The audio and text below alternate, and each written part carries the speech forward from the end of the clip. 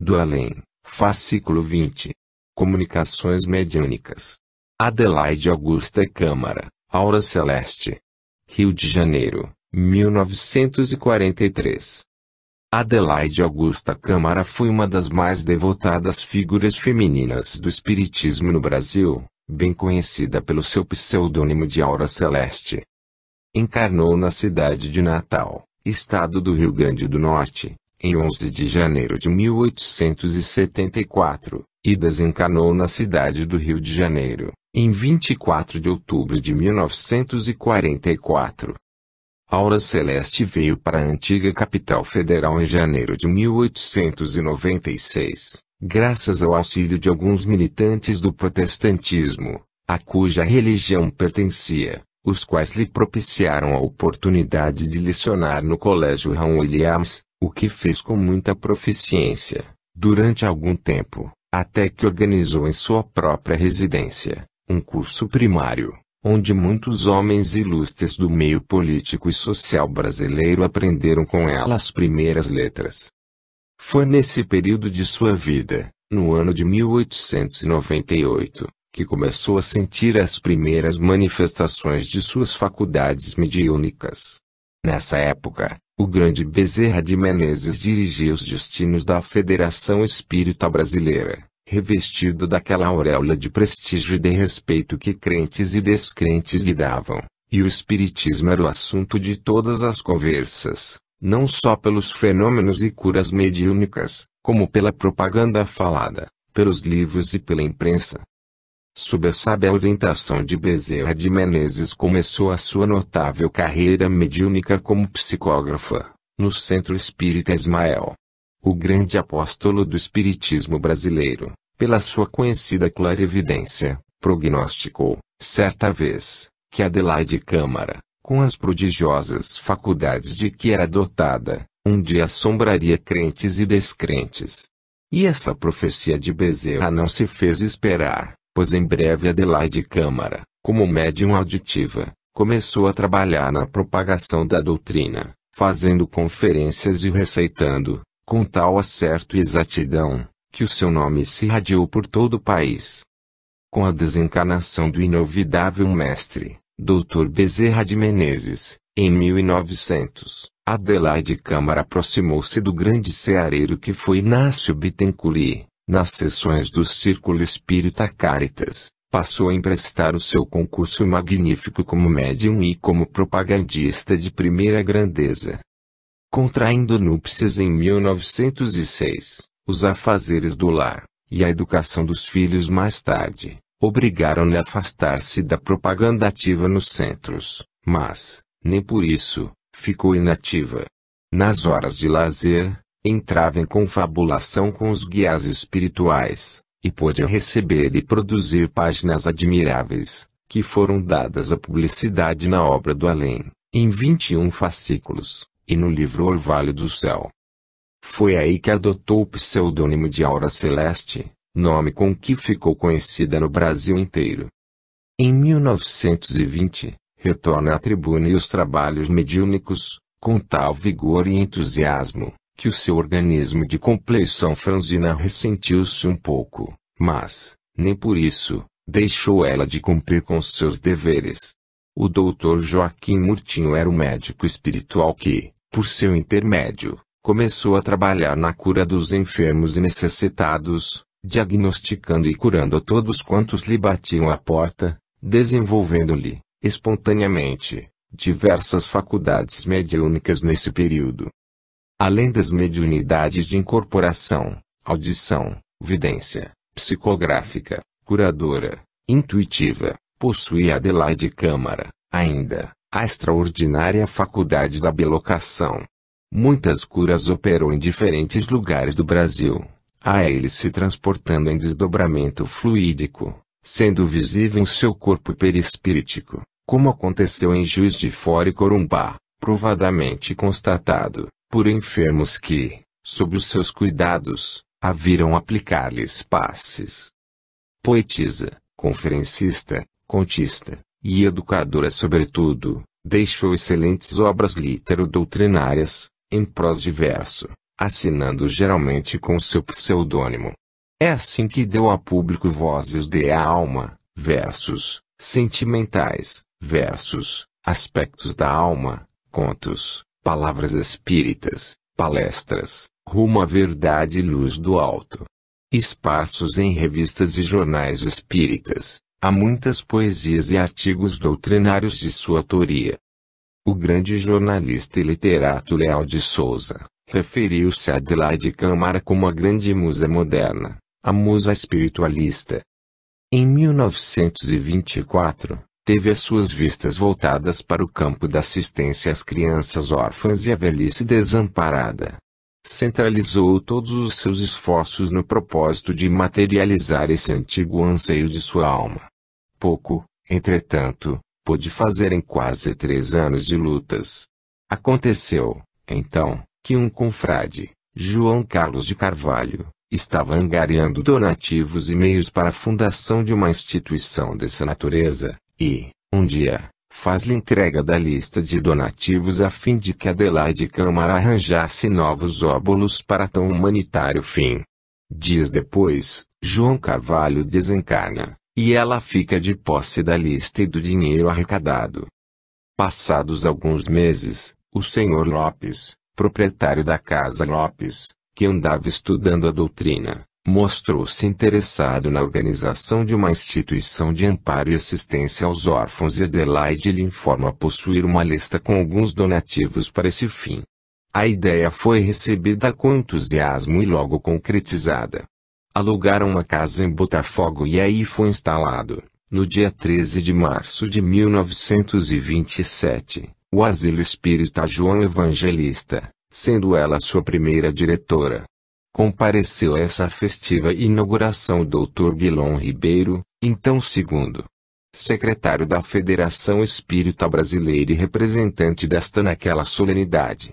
Adelaide Câmara, em breves palavras, exprimiu o júbilo de sua alma, afirmando realizado o ideal de toda a sua existência, ser mãe de órfãos, graça do céu que não o trocaria por todo o ouro e todas as grandezas do mundo.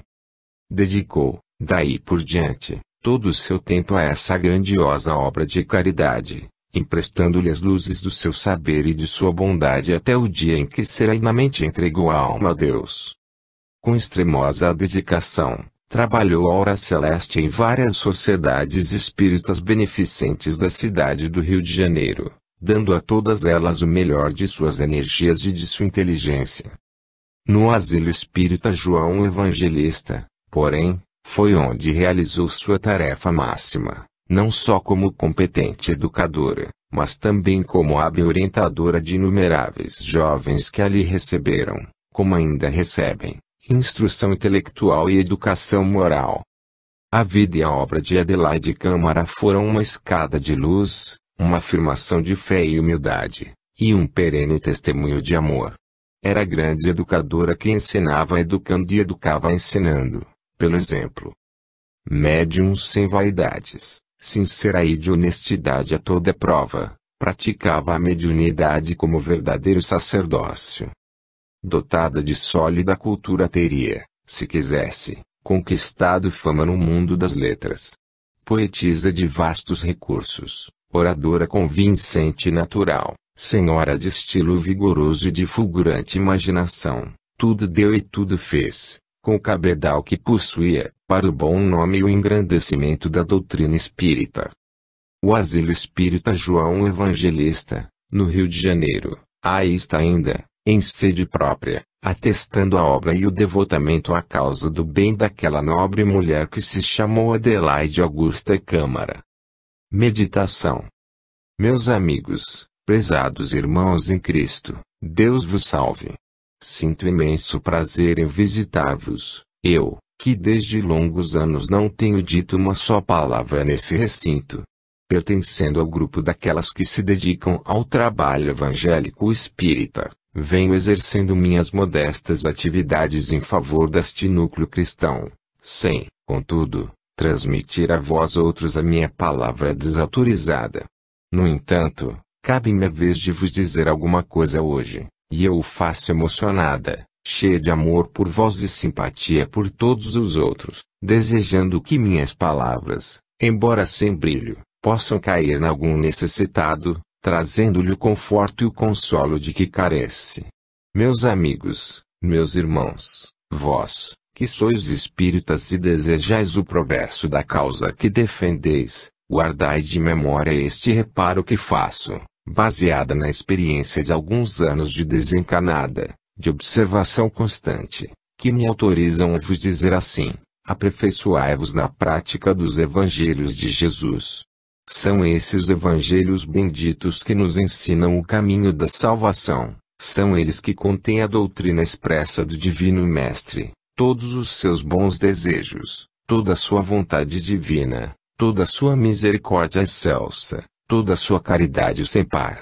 Se vos habituardes a meditar sobre aqueles ensinamentos sublimes, podereis, de dia para dia, melhorar o vosso eu. Sei que o caráter do homem, por vezes, se torna indomável. A situação precária que o mundo atravessa, as lutas consigo próprio, o homem velho a querer dominar o nascimento do homem novo, tudo isso atrapalha por tal forma o espírito, que, muitas vezes, se torna quase impossível vencer essa batalha contra si mesmo. Mas é preciso fazê-lo.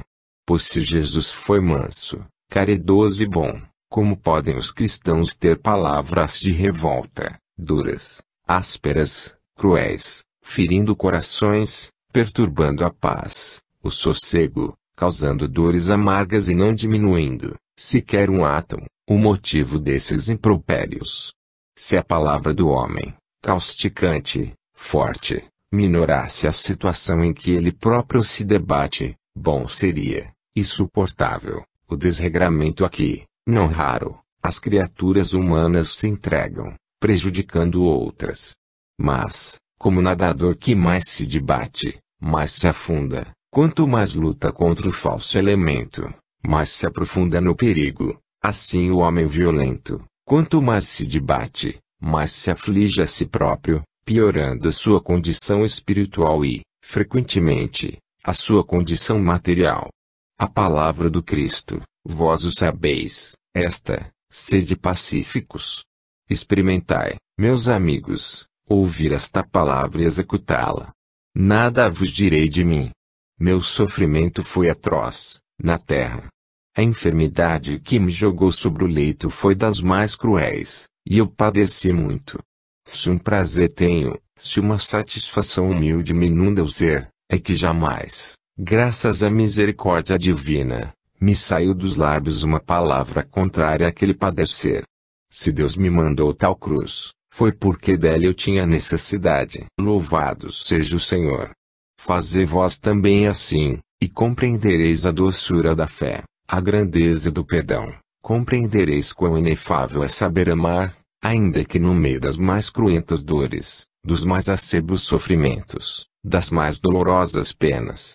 Amai-vos, meus amigos, e tende sempre diante dos olhos aquela figura excelsa, sublime, majestosa, doce, gotejando sangue, carregando a cruz para o Calvário, como um condenado, um criminoso.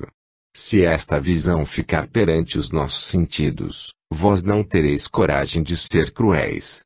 Recordar é viver, já alguém o disse. Recordai a vida do Mestre, amai-o, e, por seu amor, sede bons. Ondina. Em 2 de janeiro de 1942. O benefício da cruz. Amigos e irmãos, seja louvado o nome do Senhor. Seja louvado o Criador, em todas as manifestações do seu poder, em toda a sensibilidade do seu amor, em toda a sua potencialidade incomparável. Meus amigos, eu dou graças que, dentro do asilo espírita João Evangelista, se procura abrir os olhos do povo à luz da nova revelação. O Espiritismo tem por missão desbravar o caminho do homem, para que seu espírito possa percorrer essa trajetória em busca do infinito mais facilmente, menos penosamente do que é habitual fazer. O homem, na vida terrena, nem sempre carrega a sua cruz, e todas as vezes que lança fora dos ombros, dá um passo errado. O diamante bruto precisa ser lapidado, para poder ostentar o brilho real que deve ter. O homem, ao peso da cruz, vergado pelo sofrimento, pode reabilitar o seu passado. Quando, porém, o homem resigna a cruz, desiste do seu benefício e pratica atos de violência ou injustiça contra a sua própria salvação, prepara para o seu espírito, futuramente, encarnações penosíssimas, muitíssimo mais dolorosas do que aquela que atravessa no momento. Convém abrir os olhos da cristandade, convém que o homem presente compreenda as necessidades do seu espírito. É obra de misericórdia dar comida ao faminto e de beber ao sedento. Pois bem, vossos espíritos têm fome e sede de justiça, vossas almas desejam alimentar-se do pão da vida e querem saciar a sede na água que a mata inteiramente, arrastando-as, vitoriosa, para a vida eterna. Todas as vezes que, menosprezando a doutrina que rege a vossa fé, externais conceitos prejudiciais a outros, pelo conhecimento dessa mesma doutrina errais. Diz o homem que errar humano é. Sim, errar humano é, porém permanecer no erro já é superior a essa afirmativa, já é mais perigoso, já é ofender a Deus, já é desistir da salvação, implantando, pelo exemplo, uma doutrina falsa, que vai afetar o progresso do espírito. Meus amigos, compreendei, o momento atual é de prova para a humanidade. Em geral, todos atravessam crises terríveis, que fazem chorar as criaturas mais endurecidas. Busquemos suavizar essas dores, mitigar o sofrimento distante, aliviar o peso das agruras, as angústias morais e tantas outras aflições. É um pouco de amor que se vos pede, um pouco de ternura, um pouco de afeição, em obediência ao mandamento do Mestre. Sede piedosos, sede fervorosos, para que, quando chegar o dia em que também peçais clemência, o céu vos possa ouvir. Recordai as palavras do Mestre, o amor é a lei que rege o mundo. E aquele que o disse é o mesmo que representa o caminho, a verdade e a vida. Se quereis viver em paz com o Divino Mestre, tende por vosso amigo, por vosso pastor, por vosso Redentor. É necessário que obedeçais fielmente a sua lei, e todas as vezes que as vossas práticas e ideias fogem propositadamente aos seus conceitos, cometais contra a vossa própria alma um pecado gravíssimo, que é negar-lhe o pão, quando ela tem fome, a água, quando ela tem sede. Cautela, meus amigos. Amor é a lei do universo. Deus vos guie. Paulo. Em 2 de janeiro de 1942. O reino de Deus. Meus amigos, qual de vós não desejará a bem-aventurança eterna no reino de Deus? Qual é a aspiração mais justa do crente espírita senão viver em paz, no lar eterno que Jesus foi preparar para os seus? Quem será que não aspira, desde hoje, à realização desse ideal, viver em paz, na doçura celestial dos calmos, no além luminoso, preparado por Jesus para receber os seus fiéis? Certamente nenhuma voz se levantará em contrário, porque todos estão acordes em ter o mesmo desejo, em aspirar ao mesmo ideal. E eu vos pergunto, nesta hora em que vos reunis em nome do Divino Mestre, onde começa o reino de Deus? Será que Deus, nosso Senhor, só pode reinar no além, em algum trono dourado, cercado de luz, como creem muitos homens? Será que o reino de Deus é tão afastado, que só um grande esforço poderá fazer alcançá-lo? Onde principia o reino de Deus? Consultai-vos, e vereis que ele começa no interior da criatura. É dentro de nós, dentro de vós, dentro de cada um, que começa o reino de Deus.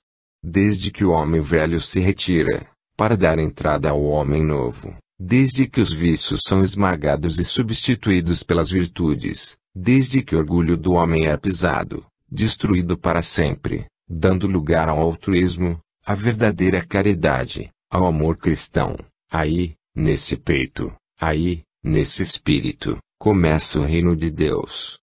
E vós, batalhadores do Espiritismo, que vos consagrais essa doutrina, penso eu, com amor, dedicação e lealdade. Lembrai-vos de que esse reino está dentro de vós, e vós podeis fazê-lo crescer, aumentar progressivamente, como podeis também fazê-lo diminuir, até desaparecer de vós. Alerta, pois. Combatei as vossas tendências pecaminosas, os ímpetos do vosso orgulho, esmagai a serpente que se denomina egoísmo, e, depois de todos os vícios destruídos, começará o despontar da fé no meio das virtudes adquiridas pela experiência. Então vencereis tentações, então sereis fortes na adversidade, então tereis calma e resignação nas dores, então o vosso falar será piedoso e santo, porque o vosso coração terá dentro de si o reino de Deus. O Cristo disse que não pode uma árvore dar, ao mesmo tempo, fruto bom e mau, ou esse fruto será bom, ou será mau.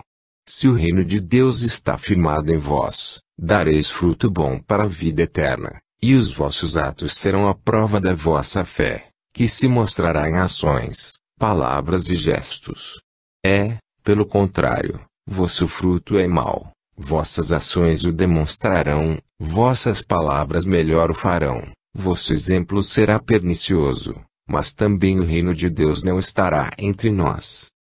Abri as portas de vossos espíritos, deixai que um banho de luz eterna os lave e purifique de toda a culpa. Aí está o Jesus de sempre, purificador, redentor, santificador, para juntar o seu rebanho e trazê-lo novamente ao redil. Mas, primeiro, começai por firmar dentro de vós o reino de Deus. Deus vos abençoe e guie em todos os passos da vida. Quem assim seja. Tiago. Em 9 de janeiro de 1942. Almas brancas. Meus amigos e meus irmãos, o branco é o símbolo da pureza. As vestes brancas simbolizam candura, limpeza. Todos apreciam os vestidos brancos, bem claros. Quem dera que todos apreciassem a limpeza e a alvura das almas. São elas que devem ser claras como a neve, brancas, sem uma nódoa, isentas de toda impureza. Moças que me ouvis e que podeis compreender estes ensinamentos, porque a doutrina espírita não vos é estranha, cuidai da limpeza das vossas almas, lembrai-vos de que são elas que, um dia, terão de aparecer diante do Senhor, e é bom que apareçam limpas como a claridade, para que não façam nódoa, no espaço infinito, por onde passarem. As almas tisnadas de preto são impuras, têm dentro de si o pecado e cultivam sentimentos baixos, os maus pendores, que não sabem refrear. São estas almas padecentes, infelizes a todos os respeitos, porque prejudicam a si próprias e, ainda causam pesares, tristezas, àqueles que só deveriam trazer amores, alegrias, venturas. Moças, que me ouvis, repito, cuidai da brancura das vossas almas. Não permitais que o pecado as enodoe. Conservai-as puras, prontas para seguirem até Jesus, no dia em que forem chamadas.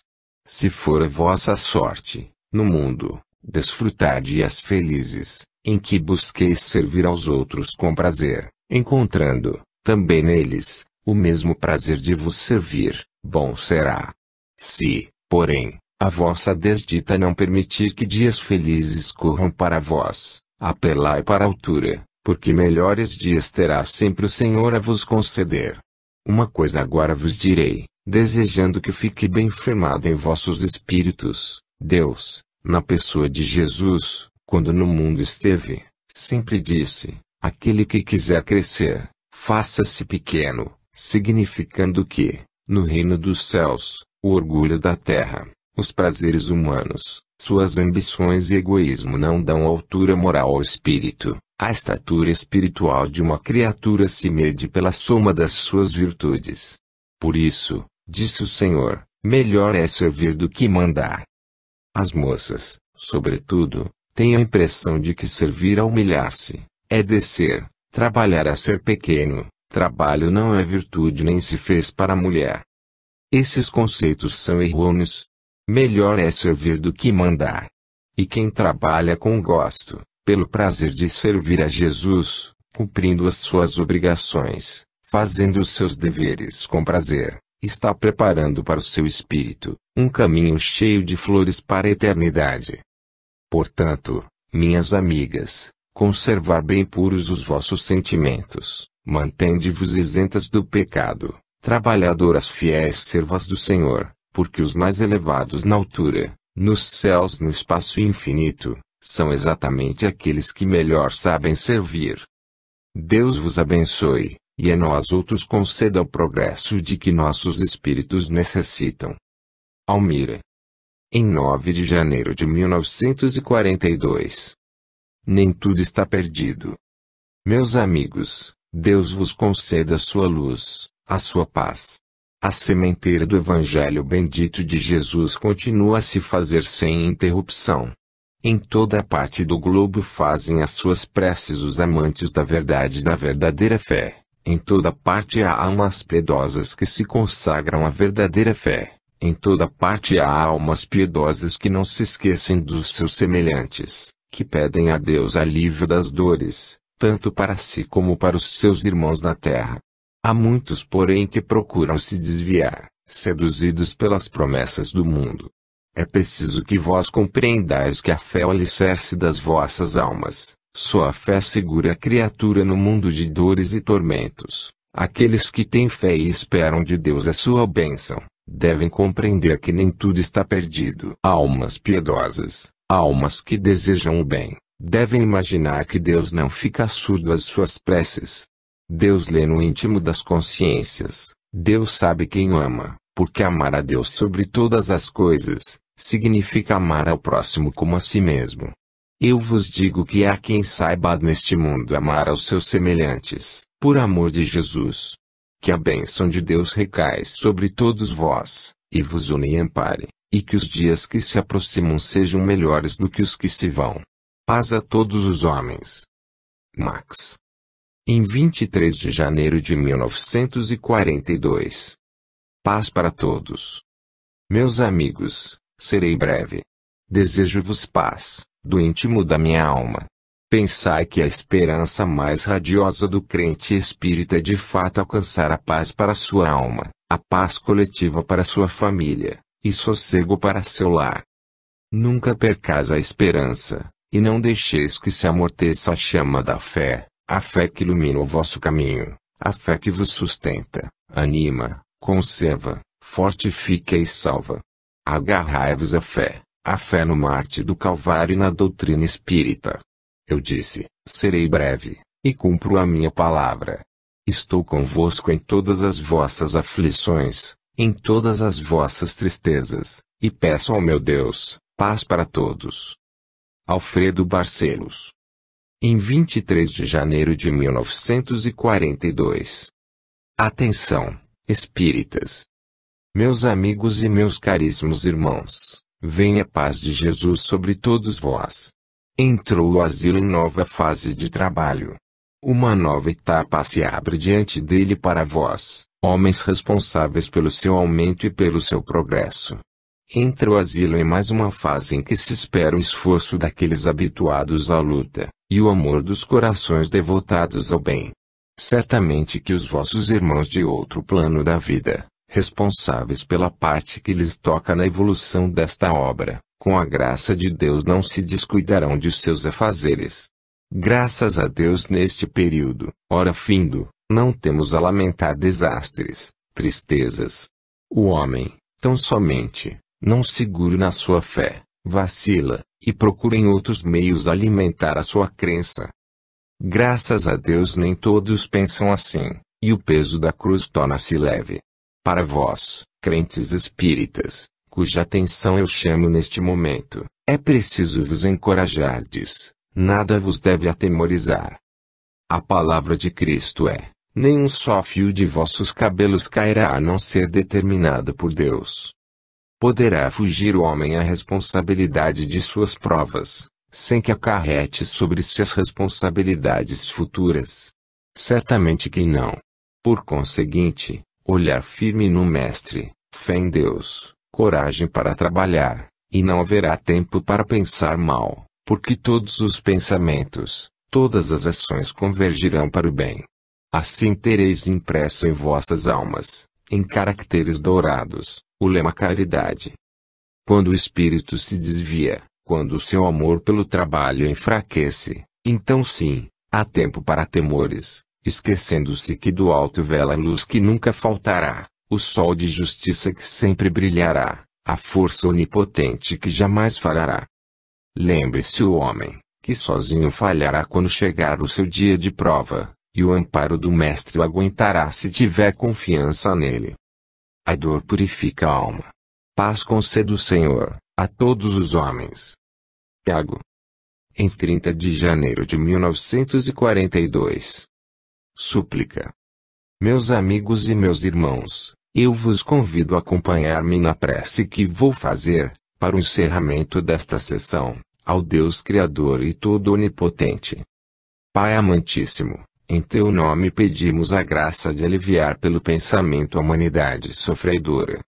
Senhor, que venha a tua paz ao mundo, que venha a tua luz espancar a treva do pecado, que venha a tua sabedoria ensinar ao homem o caminho do bem, a caridade infinita, que venha a tua sabedoria mostrar o dever do homem na humildade do divino pastor, igualmente mostrar-lhe a linha reta traçada por Jesus. Bondoso mestre e amigo, olha para o teu rebanho aqui reunido nesse recinto, na clemência de tua misericórdia. Senhor Deus, que as cruzes pesadas sejam apresentadas a Ele como um sacrifício, e que no teu seio amantíssimo se refugiem os cansados, e que encontrem a fonte da água viva que sacia toda a sede. Abençoa a todos, Senhor Deus, e a este grupo de espíritas aqui reunidos dá a intuição verdadeira das suas responsabilidades, e que o amor os estreite cada vez mais perto de ti, determinados a qualquer sacrifício. Abençoa ricamente, Senhor, aqueles que se lembram dos pobres. Seja louvado o nome sagrado de Deus. Célia. Em 30 de janeiro de 1942. Fora da caridade não há salvação. Meus amigos, meus irmãos, venha sobre todos vós a paz consoladora do Cordeiro Imaculado do Senhor. Nunca se diz demais a respeito do trabalho espírita, sempre se diz de menos. Qualquer palavra, acrescentar a outras que já tenham sido ditas nunca demais. Assim pois, meus amigos, voltemos a falar, reatando o fio de conjecturas passadas, sobre o progresso espiritual e material desta casa. Quanto ao progresso espiritual, não ousarei aduzir coisa alguma ao que já tem sido dito, porquanto os guias espirituais velam por ela. Tenho confiança em que a fé não desfalecerá no coração dos crentes, e espero em Deus ver brilhar como um luzeiro este foco espírita de cristianismo, que busca encaminhar os homens aos pés de Jesus. No entanto, direi, ninguém se iluda, fora da caridade não há salvação. Refiro-me à caridade bem compreendida, não espetaculosa, que desdenha louvores e se mantém no plano humilde em que o Nazareno a colocou. Ninguém podia ser mais caridoso que Jesus, porque a sua caridade abrangia corpos e almas, inanimados e animados, o infinito, o orbe terreno, planetário, tudo a caridade de Cristo abrangeu, dominando os elementos pelo seu poder, e ainda era a sua caridade que se espelhava nas ordens aos espíritos trevosos, que, tendo sob suas garras infelizes obsedados, eram dominados pela vontade potente de Jesus unida à sua caridade sem par. Mas o Divino Mestre era humilde, doce, suave e manso e jamais a sua caridade se manifestou de outra forma. Ele foi sempre humilde, sereno e bom. Imitai-o. Quanto à caridade material, parte que compete aos homens é preciso reanimar corações, revivar forças e energias, despertar consciências. Eis porque peço aos meus irmãos que, não obstante tudo quanto parece trevoso ao mundo, não se deixem iludir pelo medo, pavor ou receio de coisas futuras que venha, talvez, esmagar a hora presente. Não se iludam, Deus vela, e a sua mão poderosa dirige o universo inteiro. Amigos, que me ouvis, quando o vosso pé direito entrar na linha do trabalho, da devoção, com amor, com força, Não consintais que se desvie. Mantende-vos retos, coesos, unidos e que o fito das vossas almas seja sempre um amparo ao necessitado.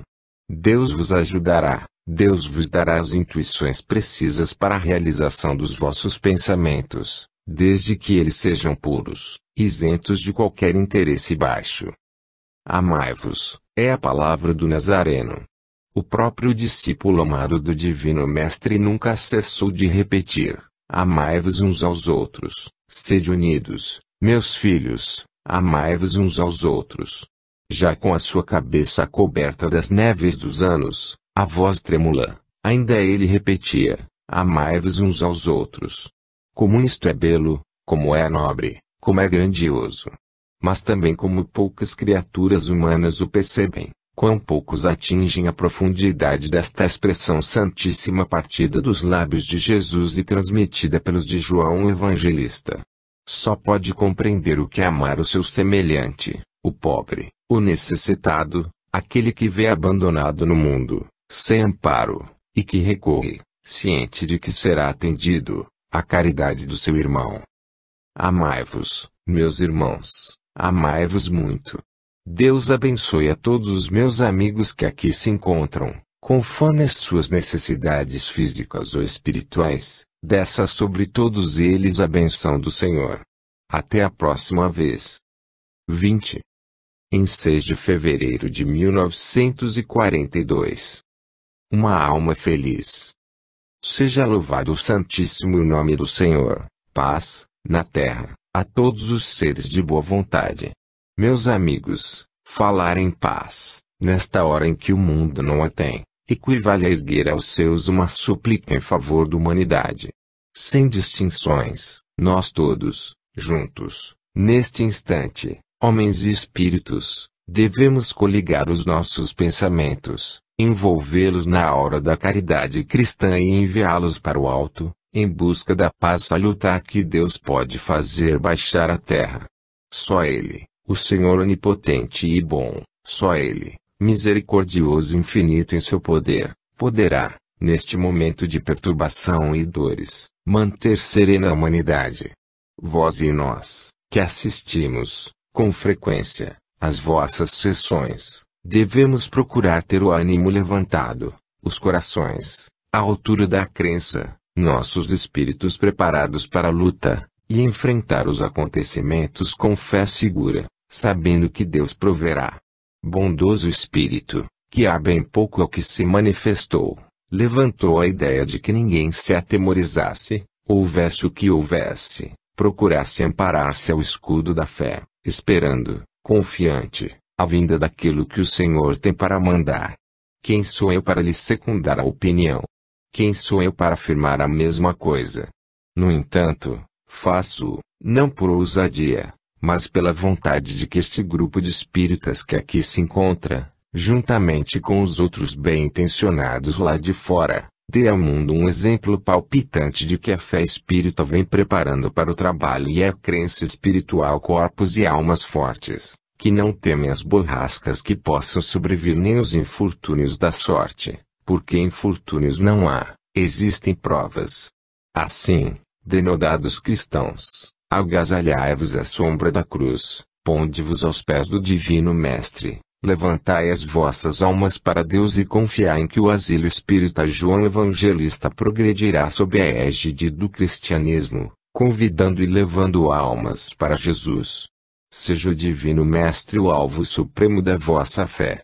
A sua palavra tudo cessará, a sua ordem tudo se movimentará, e assim, meus amigos, com Jesus dentro da alma e a fé espírita na razão, vós vencereis. Pensamos em geral. Pensemos, agora, um tanto em nós mesmos. Eu não esperei que, em tão curto espaço de tempo pudesse gozar de privilégios que desfruto. Conhecendo a minha vida, sabendo que fui homem e, como todos os homens, pecador, eu não poderia esperar que tão depressa a benevolência do Senhor me envolvesse na sua graça, trazendo-me a felicidade que experimento. Meus amigos, para nós e para aqueles a quem mais possa interessar, sou feliz, feliz porque posso desenvolver a minha atividade em prol das criaturas sofredoras. Sou feliz porque conheço as doçuras da fé. Feliz, enfim, porque trabalho na vinha espírita. Deus vos salve. Samuel. Em 13 de fevereiro de 1942. Energia e calma. Amigos, irmãos, Deus vos abençoe. É sempre motivo de satisfação para o meu espírito estar convosco nestas horas de concentração e prece. Nós nos sentimos felizes em trocar ideias convosco sobre assuntos que interessam as nossas almas. Sim, porque nem só as almas encarnadas têm interesses a zelar, também as desencarnadas os possuem e, às vezes, de muito maior responsabilidade.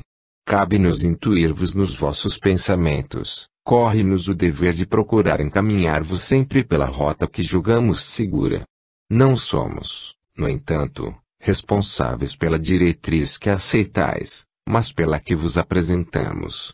O Asilo Espírita João Evangelista, contando com os seus protetores do além e com a cooperação eficaz das criaturas humanas, vai, graças a Deus, vencendo todas as dificuldades que aparecem em seu caminho.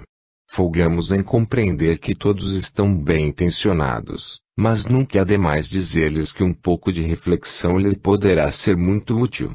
Não se deve encarar os problemas espirituais à vol do ideal, quer dizer, rapidamente, de um só impulso. Sérios problemas sobre os quais é preciso meditar, procurando tirar-lhe a substância, a essência, para poder compreender a sua profundidade. Certos problemas existem, que tratados levianamente, levados apenas pelo coração ou pela vontade de servir, produzem resultados funestos. Ainda outros há, em que um pouco de circunspecção, boa vontade e perseverança no estudar trazem consequências verdadeiramente lógicas, aceitáveis e santas para a prática do espiritismo. Porque, meus amigos, o fim de todo este trabalho que estamos a desenvolver é a propaganda cristã do espiritismo, e esta se faz mediante a prática humilde da caridade espírita. Não percais, pois, de vista o lema que é, realmente, a diretriz das casas espíritas bem organizadas: fora da caridade não há salvação. Nunca é demais repetir esta frase. E a caridade se compreende bem feita. A caridade insensata, sem base, sem solidez, não oferece resistência às forças inimigas que contra ela se atiram. A caridade deve ter firmeza, deve estar baseada nos princípios de justiça trazidos por Jesus, só assim poderá ser efetiva. Por isso, nós vos repetimos constantemente, quase a todos os momentos: uni-vos, coligai-vos, amai-vos. Assim fazendo, tornar-vos-ei fortes e a obra espírita, confiada ao vosso critério, sob a direção daquele que tudo manda, frutificará. Alentai-vos, meus amigos. Não há motivo para o desânimo, há motivo para a resistência, firmeza de vontade. Tudo aquilo que não puder ser feito num dia será feito em 2, o que não se fizer num ano será feito em 2 anos. Não quero dizer com isto que retardeis o vosso passo, porque não tendes a vida material nas mãos, mas aconselho-vos a que não vos precipiteis, provendo com critério, calma, juízo e, sobretudo, boa vontade. Fé em Deus e avante, com coragem e decisão. Deus vos abençoe e guie sempre. 20. Em 13 de fevereiro de 1942. Tenhamos bom ânimo. Meus amigos, meus irmãos, louvai a Deus em qualquer situação da vossa vida, rendei graças ao Todo-Poderoso, que a nenhum dos seus filhos esquece e a todos deseja reunir sob o mando do apostolado cristão do Espiritismo. Rendei graças a Deus, porque a vossa fé permanece viva, ardente, mostrando-vos que a vida material é sempre curta, enquanto que a vida espiritual é eterna. Vós não sois corpos ambulantes, sois espíritos, e tendes o dever de cuidar do vosso progresso, tendes por obrigação velar pela pureza das almas, pelos sentimentos cristãos que desabrocham no coração das crianças, pela desventura dos velhos, quantas vezes abandonados dos seus. Vós tendes missão sagrada a desempenhar no seio do Espiritismo, e rogai a Deus forças para que seja sempre o alvo da vossa vocação, não obstante os contratempos da sorte, malgrado tudo quanto possa sobrevir, que vos pareça estranha, mas, certamente, está previsto nos desígnios divinos. Vossas almas devem conservar-se puras, abertas ao Evangelho cristão, prontas para servir a Jesus em qualquer situação da vida. Serenai os vossos ânimos. Aquilo que os vossos olhos humanos não podem divisar e apenas as percepções vagas do vosso espírito podem aprender, é claro diante do olhar espírito dos que vos dirigem. Cada um mantenha firme a sua posição. Não deixe para amanhã o dever a ser cumprido hoje. Não ofenda o seu semelhante por palavras, por pensamento nem por ação. Coloque o amor de Deus acima de todos os amores e aprenda a amar o seu próximo segundo a lei ordena. Quem tem sentimentos maus dentro de si, trate de os sufocar, até exterminá-los por completo. Que a vossa boca se abra para dizer sempre o bem, e que o Evangelho seja propalado a todos os povos, para a glória daquele que é vosso Mestre e Senhor. Não vos atemorizem os homens. Quando, muitas vezes, pensais que eles ainda têm muito que fazer, estão, talvez, no fim da sua tarefa. Ninguém pode acrescentar um fio de cabelo à sua cabeça, como também ninguém tem o poder de fazer cair um só.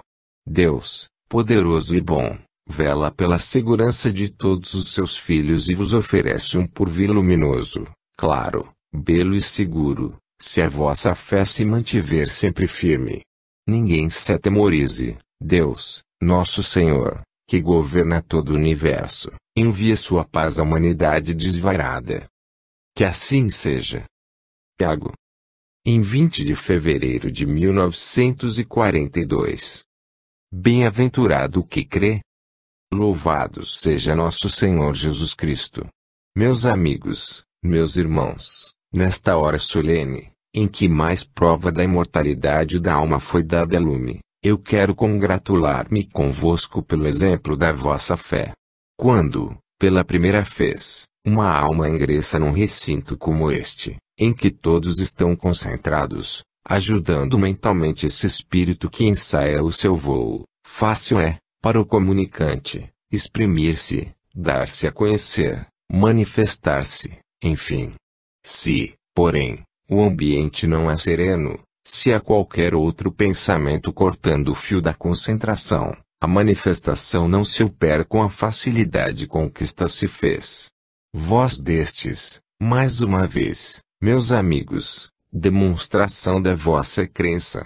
Deus vos ampare e proteja sempre, para que essa fé não falte com o seu testemunho em qualquer circunstância da vossa vida. Quem tem entre mãos um trabalho da altura deste que aqui se desenvolve, necessita de muita circunspecção, boa vontade e senso, para poder determinar-se, resolvendo no sentido do progresso da casa. Não contesto, pelo contrário, afirmo, que o adiantamento espiritual do asilo depende, sobretudo, da diretriz traçada pelo seu preceptor, mas também é reconhecido entre vós, e disso nós damos o testemunho, que a ação do homem, pela fé, muito pode fazer. Todos se afligem, pensando na situação mundial que atualmente se apresenta, todos conjecturam o que poderá vir a acontecer, e as aflições prematuras se manifestam, e os conceitos, nem sempre criteriosos, também vêm a fluxo. Eu vos pergunto apenas, que faríeis vós, em condições precárias, da vossa responsabilidade nesta casa? Cada um pensa nos seus, no vai-vem de lá fora, cada qual se assusta com a possibilidade de a miséria lhe bater à porta. Quem se preocupa com a sua responsabilidade dentro desta casa? Não vos esqueçais deste ponto, porque ele é muito sério para a vossa evolução espiritual. E, meus amigos, não sejais pressurosos em emitir conceitos e admitir situações gravíssimas, quando não podeis enxergar um palmo adiante da vossa visão material. Tudo está nas mãos daquele que dirige, determina, coordena e inspira. Foi dada, hoje, às crianças do asilo, uma nova fórmula de prece, para ser feita todas as noites, ao deitar, ensinando-lhes como devem ser fraternas com aqueles que se encontram distantes, como devem pedir, não somente para si, mas também para os outros, as bênçãos que vêm do alto e, sobretudo, a maior de todas elas, a paz, que o mundo não quer receber, mas prometida por Jesus, inteira, completa, a todo aquele que crê. Vós deveis, também, orar assim, não vos deiteis nem vos levanteis sem erguer o pensamento, sereno, calmo, sem susto, confiante, aquele que tudo pode, pedindo a paz do orbe terreno. Será a maior bênção que Deus conceda ao mundo, e o mundo aceitará, porque, quando estiver premido pelo aguilhão da dor, ele se voltará para a paz. Bem-aventurado aquele que crê. A sorte do que não crê é obscura, não vos é dado desvendá-la. Mas aquele que crê e se mantém firme, olhar fito no Mestre, pensamento elevado ao alto, este viverá sempre, é a palavra de Jesus. Viver sempre, quer dizer vida completa, feliz, sem tormentos. Há superabundância de vida na alma feliz, enquanto que a alma irrequieta, turbulenta, trevosa, vive porque não pode extinguir a vida, mas o seu viver é um desespero contínuo. Orai constantemente pela paz universal, e que as crianças do asilo espírita João Evangelista, edificadas, como foram, por esta prece curta, singela e verdadeira, decorem, mas digam com compunção, serenidade, amor, com verdade, essas palavras inspiradas por Jesus. Meus amigos, desde algum tempo não vos visitei, vivos pelo Natal, de lá para cá tenho percorrido, com os meus companheiros, hospitais de sangue, onde agonizam os infelizes sofredores. Para lá tenho de voltar. Deixo-vos a minha saudade, o meu abraço e a inspiração de uma coragem verdadeira, a coragem da fé, que não se dobra ante dificuldades terrenas. Deus vos abençoe. Irene. Em 20 de fevereiro de 1942. Uma recordação feliz. Meus amigos, meus caros irmãos e companheiros de outro tempo, desça sobre vós a paz que vem do Mestre, esse Jesus de infinita bondade e doçura, que sustenta e alimenta as nossas almas, intuindo-lhes pensamentos bons de caridade e amor. Sinto imenso prazer em meu espírito, por me ser permitido estar convosco nesta hora. O asilo espírita João Evangelista foi sempre grato ao meu coração.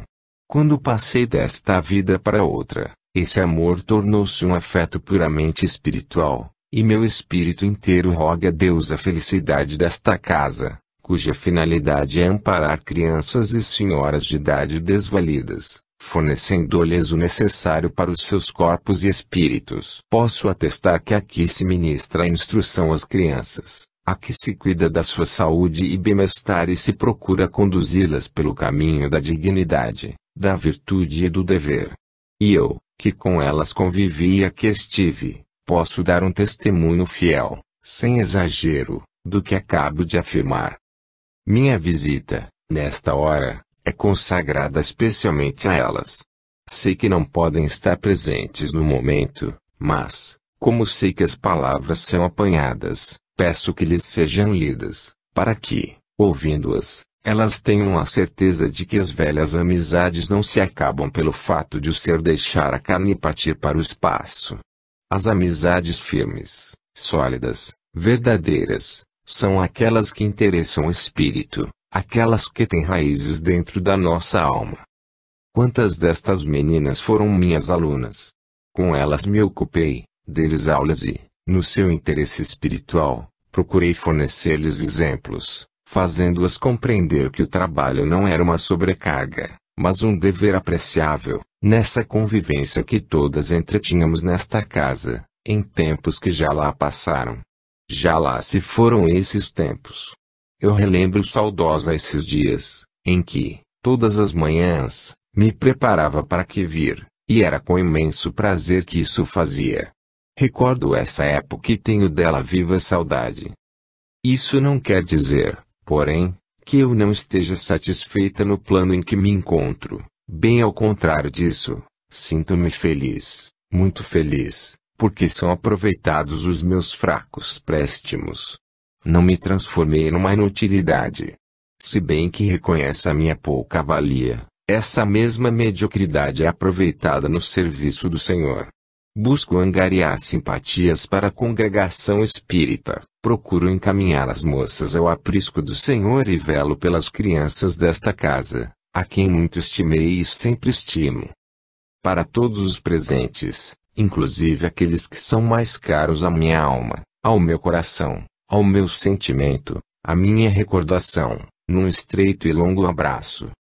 Deus abençoe o Asilo Espírita João Evangelista, e que daqui partam sempre irradiações de paz para todas as famílias frequentadoras, paz que se estenda à sociedade, ao mundo inteiro. Deus abençoe a todos vós. Elce.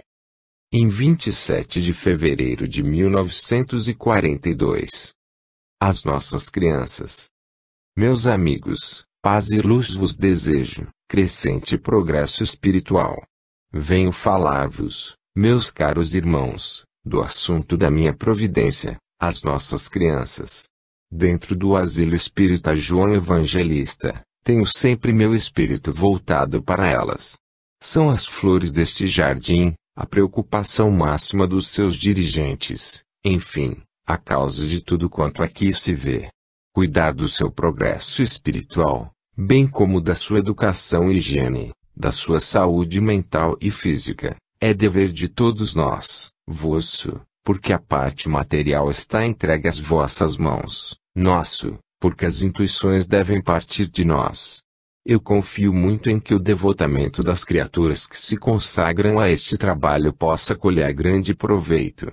As crianças são um campo fértil, onde a boa sementeira se pode fazer. Ela não se faz isenta de espinhos nem de joio, mas o mestre dos mestres, Jesus, disse o que importava crescerem juntos, joio e trigo, para que, mais tarde, o agricultor pudesse separá-los. O agricultor deste jardim é o próprio Cristo. Eis a razão por que eu vos venho dizer, não vos detenham os empecilhos que provavelmente encontrareis à frente. Recordai sempre que a firmeza aliada à doçura muito pode conseguir, e a experiência deve ter-vos sido benéfica, aqui mesmo dentro desta casa. Já é possível contar com essa experiência de tantos anos. Prossegui o vosso trabalho, amparando aqui, edificando ali, instruindo a todas, explicando-lhes o porquê da vida, as vantagens de ser espírita, a modificação que o espiritismo opera no caráter da criatura. Porque eu vos devo dizer, às vezes, a desilusão vem entristecer as nossas almas. Quando pensamos colher uma flor no jardim onde fizemos essa sementeira com tanto carinho, com tanto afeto, eis que o espinho nos fere, eis que, em lugar da flor, desabrochando serena, pura e perfumada, o espinho traiçoeiro vem, antes dela, ferir-nos o coração. Vós tendes esta experiência, aliás bem dolorosa, nós, cada outro plano da vida, igualmente a temos. Mas, é isso razão bastante para desanimar, para deixar a obra seguir ao léu da sorte? Não. É razão para refletirmos sobre a origem destas coisas desagradáveis que aconteceram, o motivo por que a planta se estiolou, porque a palavra inspirada não deu fruto. Outras vezes, meus amigos, a tristeza apodera-se de nós, quando vemos casos como este, que eu menciono sem alusão, crianças educadas no cristianismo espírita, tendo passado por esta instituição dando as melhores provas de honestidade, caráter, bondade de coração e suficiência no aprendizado das virtudes, desenvolverem, fora do seu tempo de asiladas, todas essas virtudes há um tempo, mas esqueceram completamente a regra espírita, revelando-se indiferentes a tudo quanto diz respeito ao espiritismo. Boas, é certo, ajuizadas, também é certo, dedicadas ao trabalho, é uma verdade, criteriosas no viver, outra verdade, amigas sinceras, devotas, mas espiritismo não entra nos seus planos, É letra morta. Espiritismo não fundamenta nenhuma das suas razões, não motiva sequer um dos seus gestos. Apenas o seu caráter, propenso ao bem, as induz a procederem direito, mas o espiritismo não tem valor para elas. Quando nós pensamos que há uma